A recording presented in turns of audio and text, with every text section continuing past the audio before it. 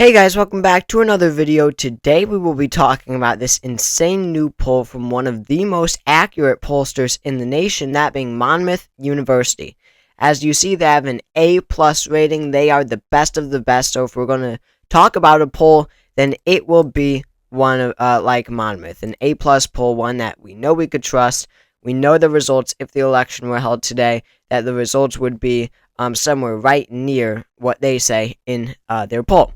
So what does this poll show? Well, it is good. It's another good poll for Kamala Harris, and there has been a lot of good news lately for Kamala Harris that we'll get to. Her favorability rating is now a net positive.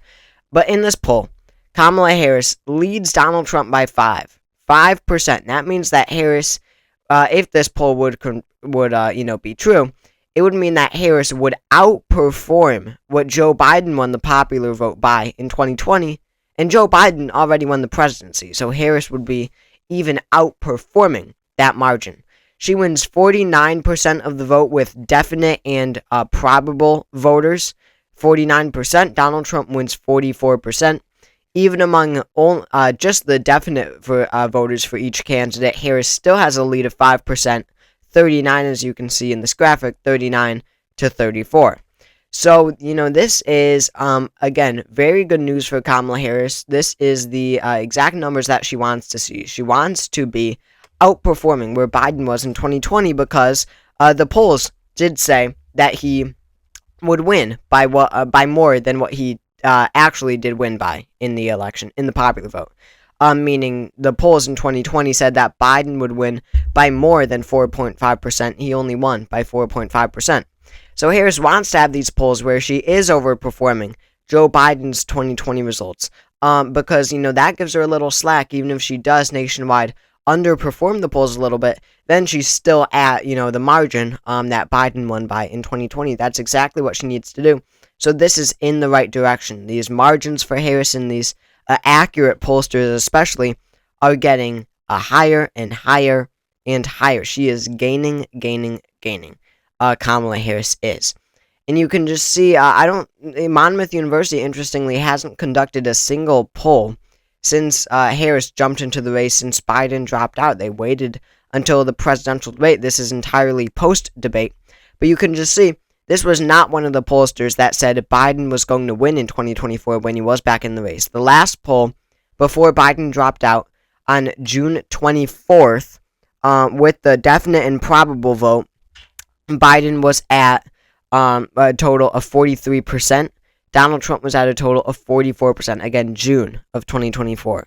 So Trump was ahead in the popular vote. Now, Democrats have to win the popular vote by somewhere around 3% to win in the Electoral College. So if Trump is winning the popular vote, you can just imagine how much of a blowout that would have been. So it went from Trump winning the popular vote by 1 to now Harris winning it by 5. This has been an insane trend in favor of the Democrats. They have, Harris has made this a 6-point race better than where Biden was. A better 6 points better for Democrats. That is better than where Biden was. She has just turned this race upside down. So what's this? I guess let's map it.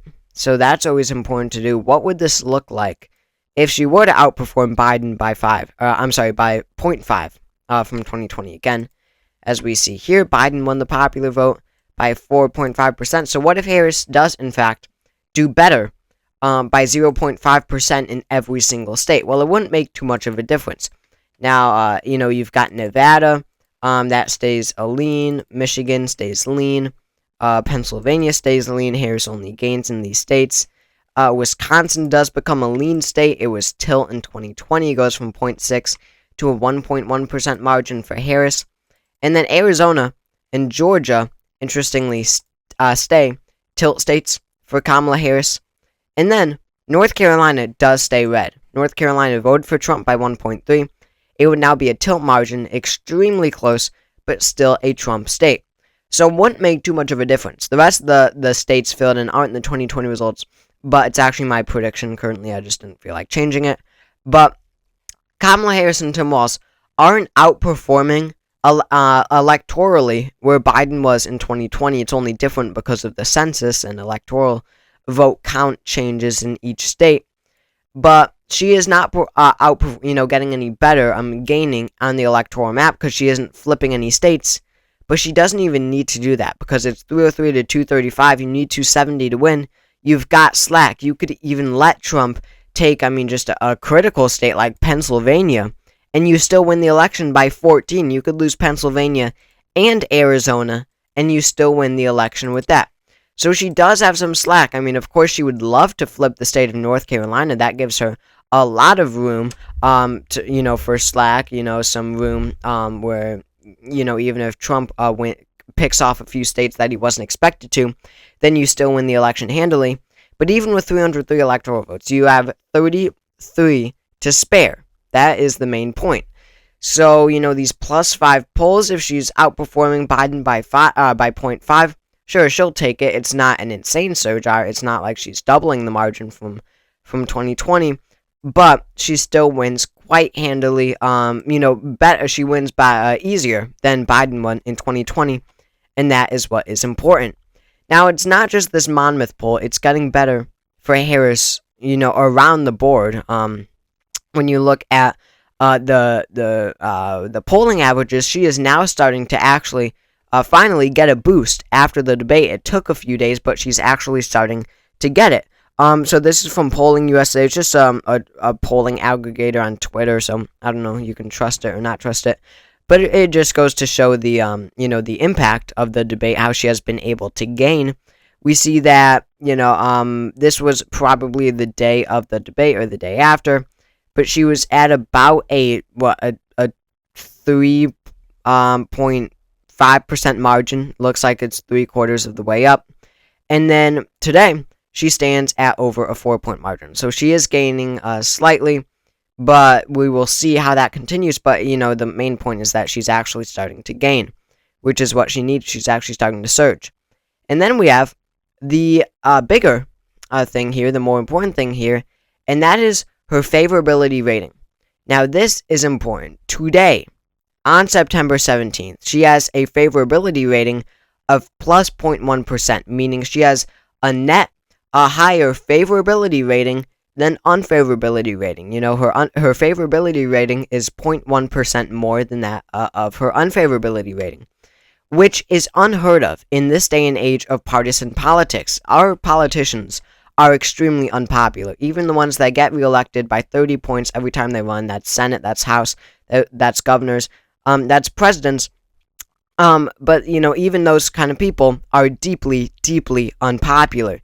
And we see just, Kamala Harris has been able to do something just insane since she announced her candidacy in the race. Americans just decided that they love Kamala Harris ever since she jumped into the race. See, on July 10th, right before she jumped in, she was at an unfavorability rating of plus 17.5. Plus 17.5. How insane is that? And today, she's favorable plus 1. In a matter of a month and a half, basically, she has been able to, 2 months, probably, she has been able to gain, become 18 points more favorable than where she was, 2 months or so ago, which is just unheard of. Look at the last time she had a net favorability rating. It was on July 18th, 2021. It was 3 years ago.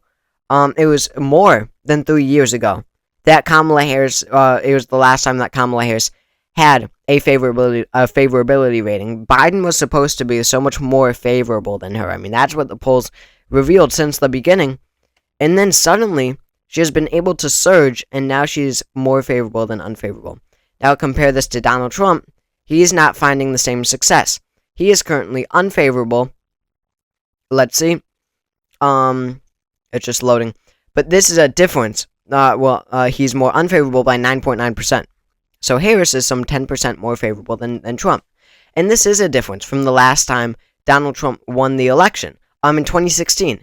Hillary Clinton, yes, she was expected to win, but her favorability ratings were tanked. They were under Trump's, but the data did show that she would win, and that's why everyone thought that she would win. But the favorability rating might have been the one indicator that she, in fact, was in trouble, that she wasn't going to win, because Donald Trump was somehow more favorable to the American public. I think in many polls it was just about even between them than Hillary Clinton, which is just insane to think about and something that we really don't consider.